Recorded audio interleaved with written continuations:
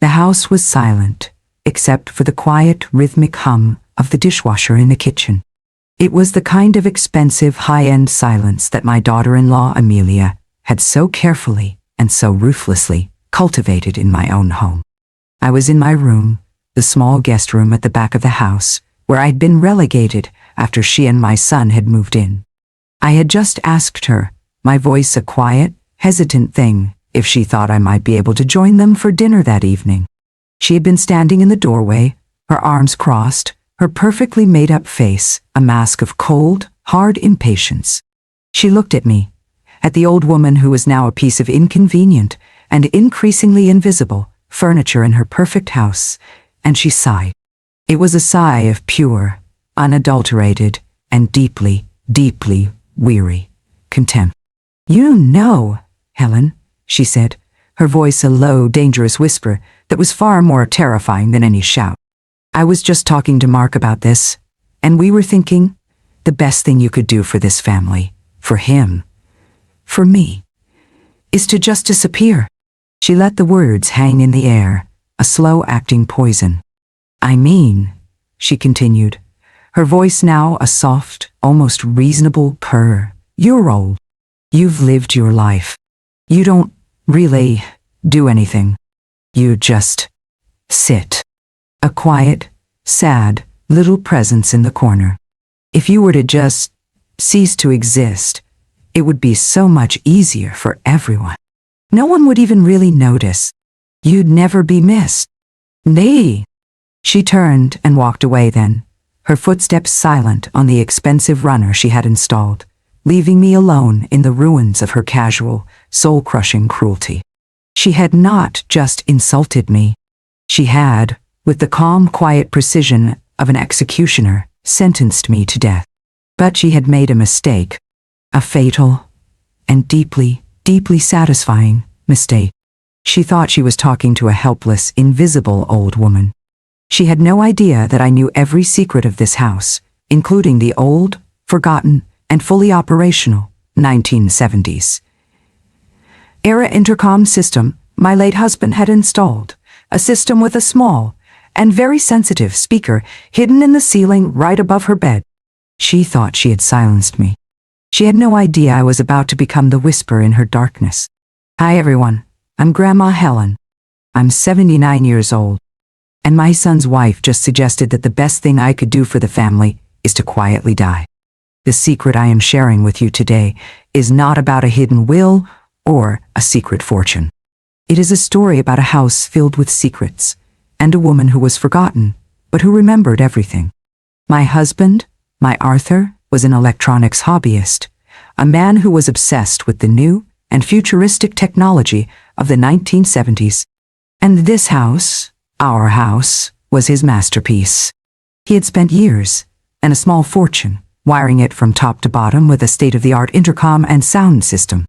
There are hidden speakers and microphones in every single room, all connected to a central control panel that is, at this very moment, sitting in a dusty, forgotten closet in my bedroom. When my daughter-in-law, Amelia, a woman who despises anything old or cluttered or tacky, redecorated the house, she had seen the old, ugly, wood-paneled intercom panels on the walls, and she had had them painted over, assuming they were just dead, useless relics of a bygone era. She had no idea that the system was still live, that the heart of it was still beating, silently, in my room, and that I, the silent, invisible ghost she had so cruelly created, had just been handed the keys to her sanity. She wanted me to disappear. She wanted me to become a ghost. Fine.eu. I was about to give her exactly what she wanted. A haunting so personal, so intimate, so deeply, and so psychologically terrifying that she would spend the rest of her miserable and soon-to-be shattered life wishing she had never ever forgotten that I was in the room. So please, get comfortable. This is a story about a woman who was told to disappear and who decided to become a ghost instead.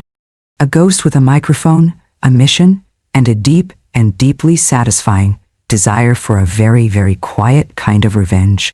Your support, your likes, and subscriptions to Grandmother's Diary are the silent, unseen audience for the most important performance of my life. To understand why a whisper in the dark became my weapon of choice, you have to understand the life of quiet and of connection that my daughter-in-law so ruthlessly and so systematically tried to destroy. You have to understand that my voice, for 50 years, was not just the sound of a person.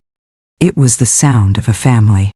My life, before all this, was a life of voices.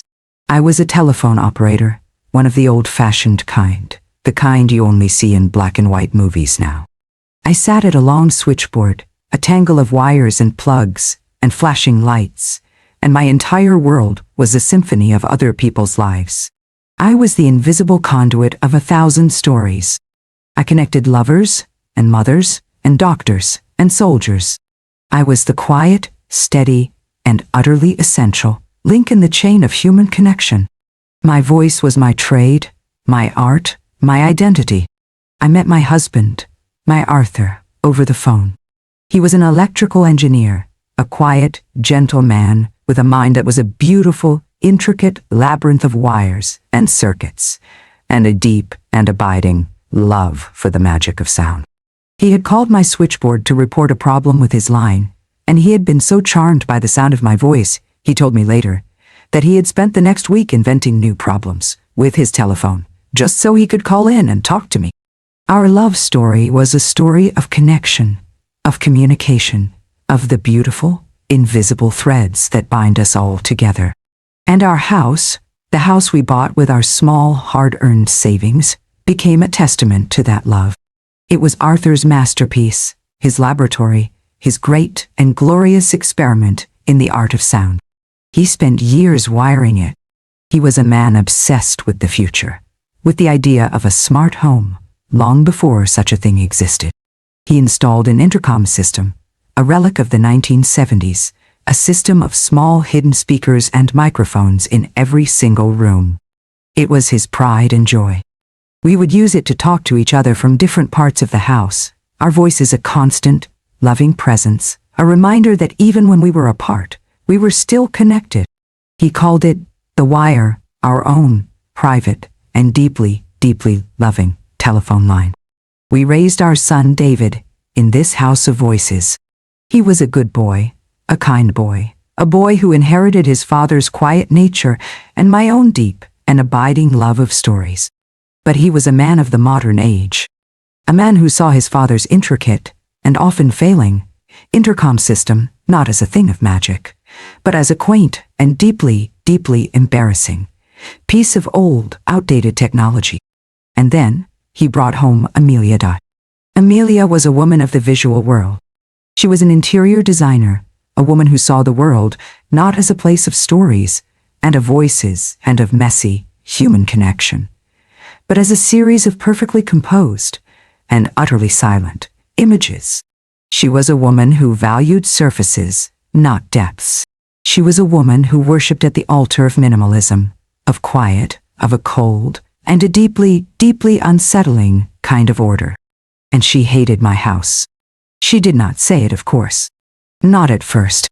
But I could see it in her eyes. The way she would look at my comfortable chintz armchair, at my shelves of well-loved dog-eared books, at the beautiful and admittedly slightly tacky wood-paneled intercom on the wall. She saw not a home. She saw clutter. She saw chaos. She saw a world that needed to be gutted and silenced and remade in her own cold and deeply, deeply minimalist image. After my Arthur died, and I, in my grief and my loneliness, agreed to let them move in with me, her quiet and deeply passive-aggressive war against my world began. It started with the decluttering. My husband's beautiful, chaotic and wonderful collection of old radios and microphones and oscilloscopes was the first to go. She called it a pile of dangerous junk. She had it all hauled away to the dump while I was at my weekly grief support group. Then came the redecorating. The warm, buttery yellow of my kitchen was painted a cold, sterile white.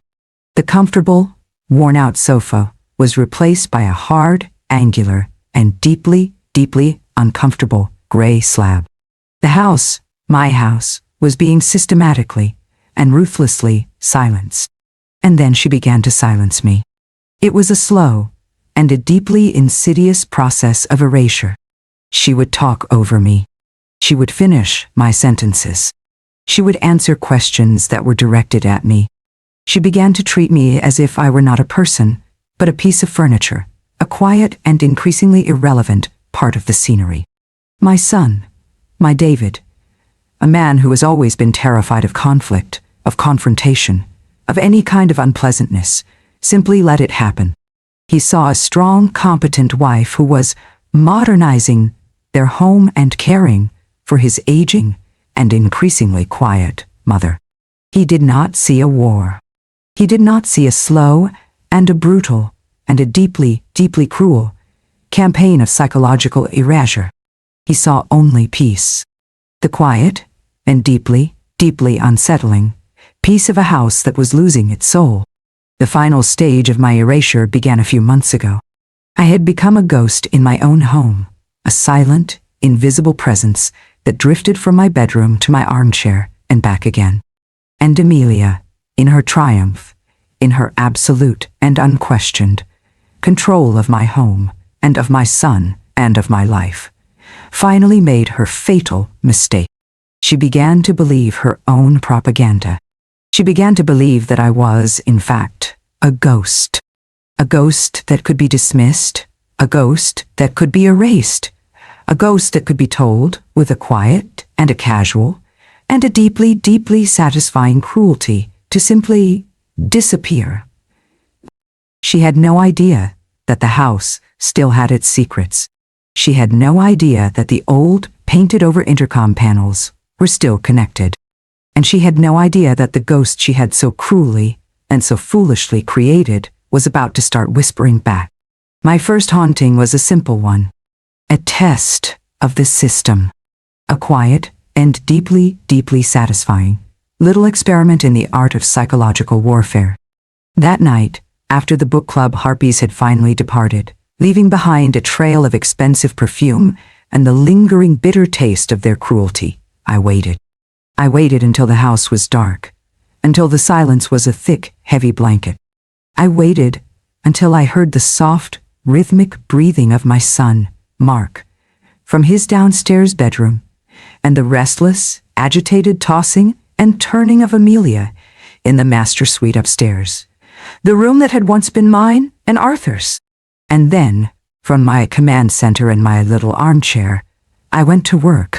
I picked up the old Bakelite control panel from its hiding place in the closet. The small amber power light glowed to life, illuminating my face in the darkness. The interface was a thing of beauty, a simple, elegant map of the house, each room represented by a small Bakelite switch. I flipped the switch for the master bedroom. A low, almost imperceptible hum filled the air. The wire was live. I leaned in close to the small, built-in microphone, my heart a steady, calm drum. I did not speak. I just breathed. A slow, quiet, and deeply, deeply intimate sound. The sound of a person, sleeping peacefully, in a room that was supposed to be empty, except for her. The effect was instantaneous. And it was glorious. I heard the sharp, sudden cessation of her restless tossing.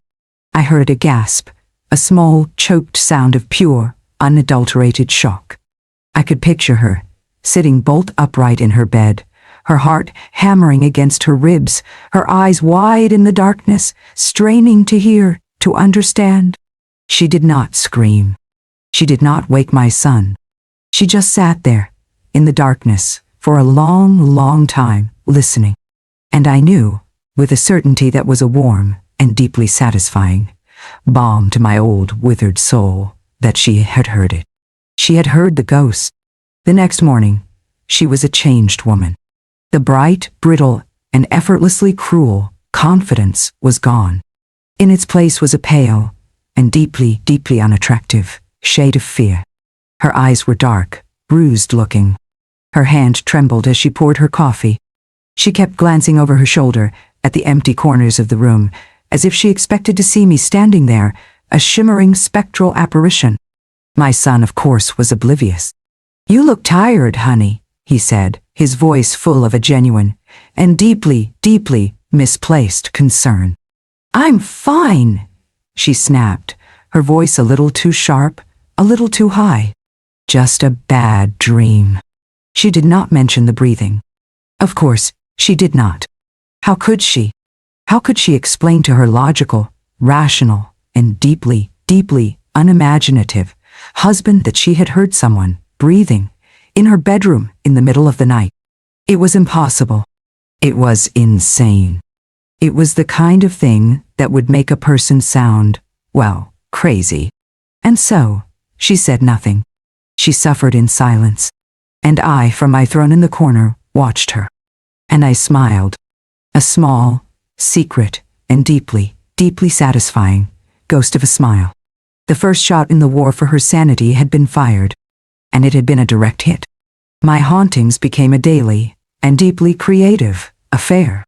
I was a phantom, a poltergeist, a quiet, and deeply, deeply malevolent artist of fear.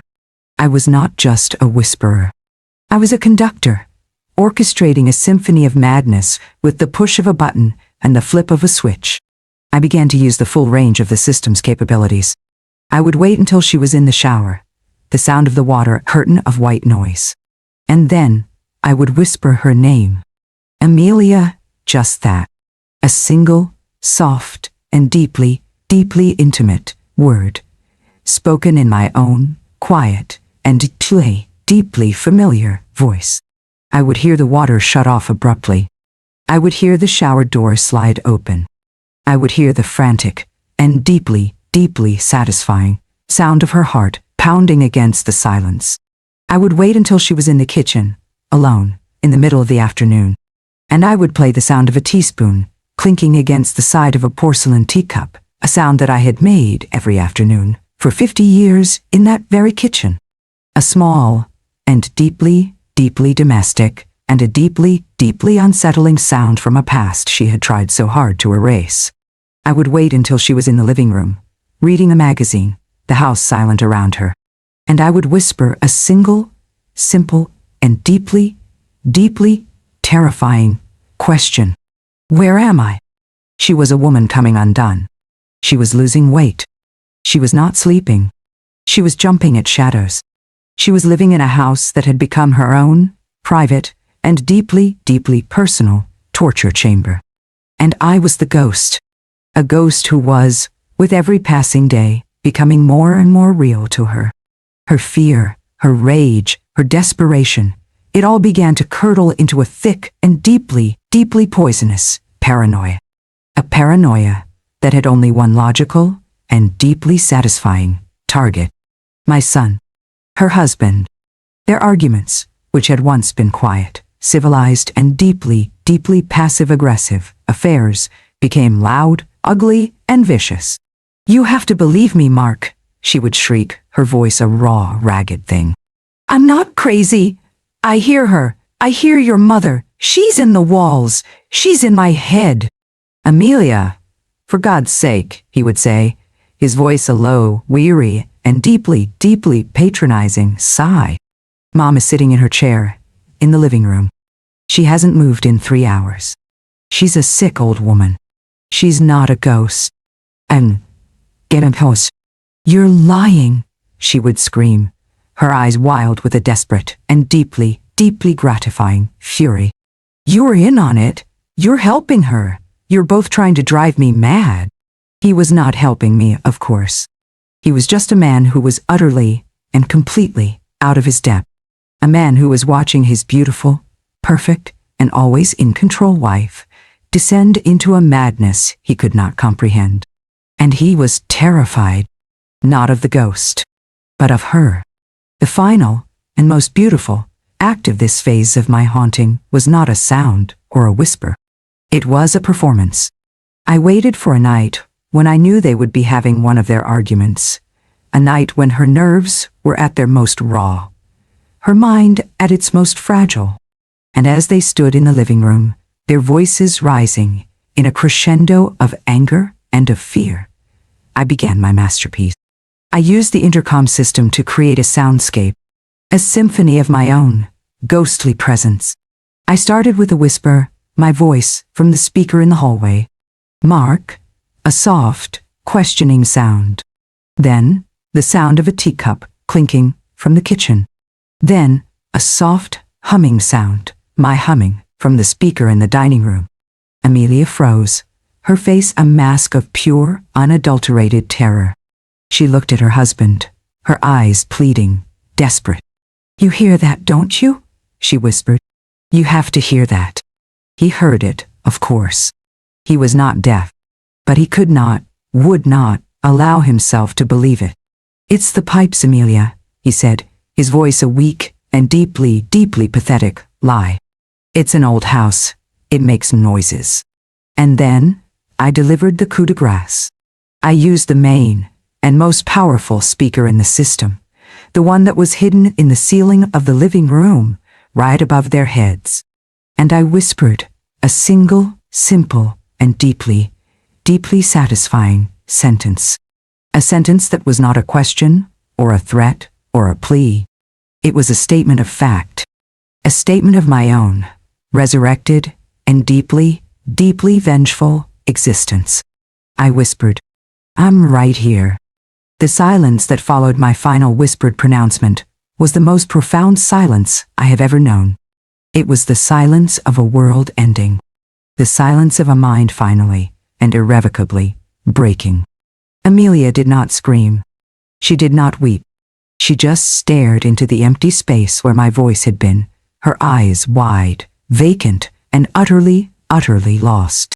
She was a ship that had lost its rudder, its sails, its anchor, adrift on a sea of her own madness.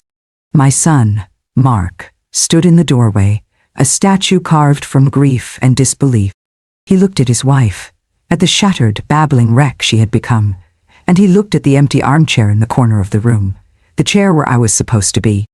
And in his eyes, I saw the dawning of a terrible and deeply, deeply necessary understanding. The ghost his wife had been raving about was not a figment of her imagination. It was real. And it was his mother. He did not call the police. He did not call a doctor. He called me. His voice, when he finally spoke into the silence of the house, was a raw, broken whisper. "Mom? Mom, where are you? Please, please, come out." And I did not answer. The ghost was not yet done with her performance. The days that followed were a quiet and deeply, deeply satisfying purgatory for Amelia. Mark, in a state of shock and a dawning, terrible guilt, had her committed to a private and very expensive psychiatric hospital. A beautiful, serene, and deeply, deeply ironic place with white walls and quiet rooms, and a staff of calm, professional, and deeply, deeply skeptical doctors. She told them her story. She told them about the ghost of her mother-in-law, about the whispers in the walls, about the disembodied sounds, about the voice that had haunted her until she could no longer tell the difference between what was real and what was not. They listened, of course. They nodded, their faces masks of professional sympathy. And they diagnosed her with acute psychosis, with a severe guilt-induced delusional disorder.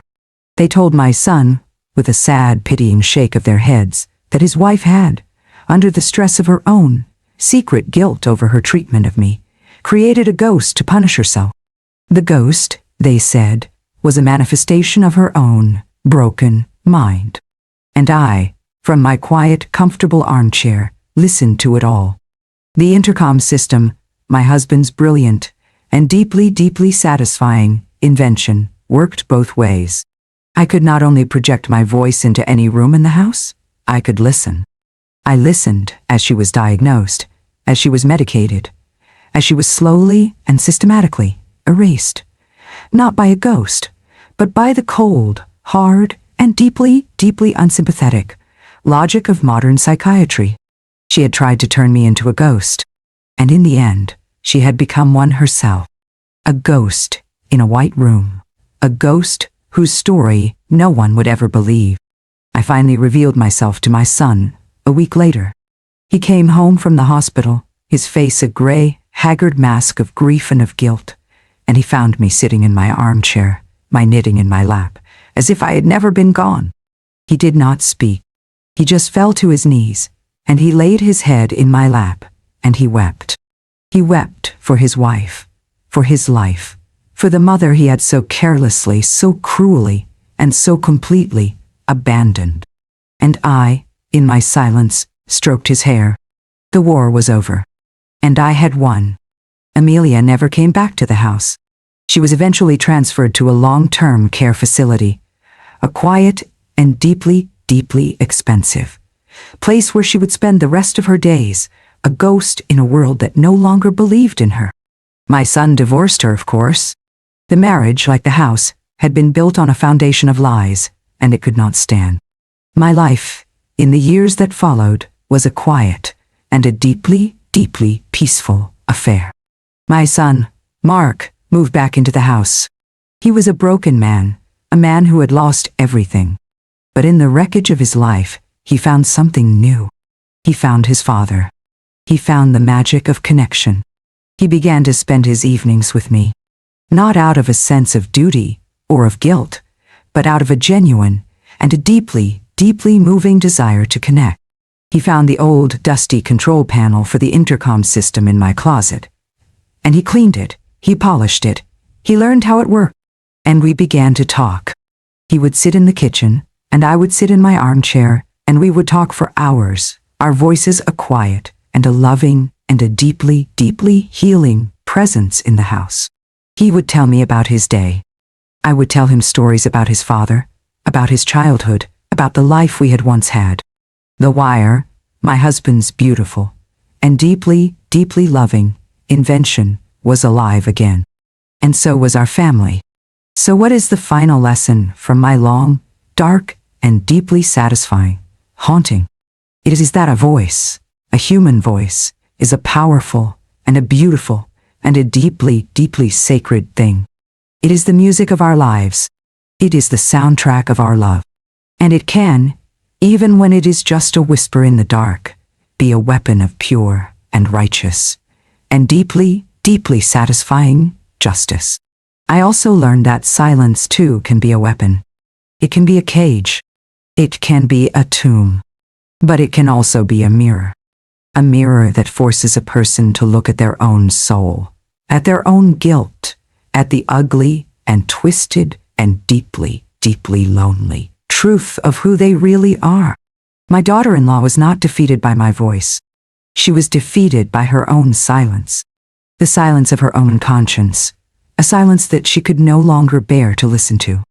My life is quiet now. But it is not the silence of a prison. It is the silence of peace.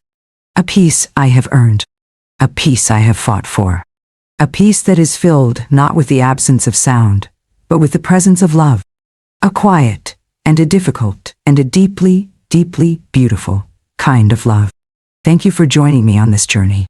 It has been a story of great darkness, but also of a surprising and a deeply, deeply satisfying kind of light. Your support has been a constant source of strength. If my story has moved you, or made you think about the power of your own voice, of your own story, a like, or a subscription to Grandmother's Diary would be a profound honor. Remember that your voice matters. Your story matters. And you, no matter how quiet, or how small, or how underestimated you may feel, you matter. Be well, and be heard. I'll see you in the next story. Love, Grandma Helen.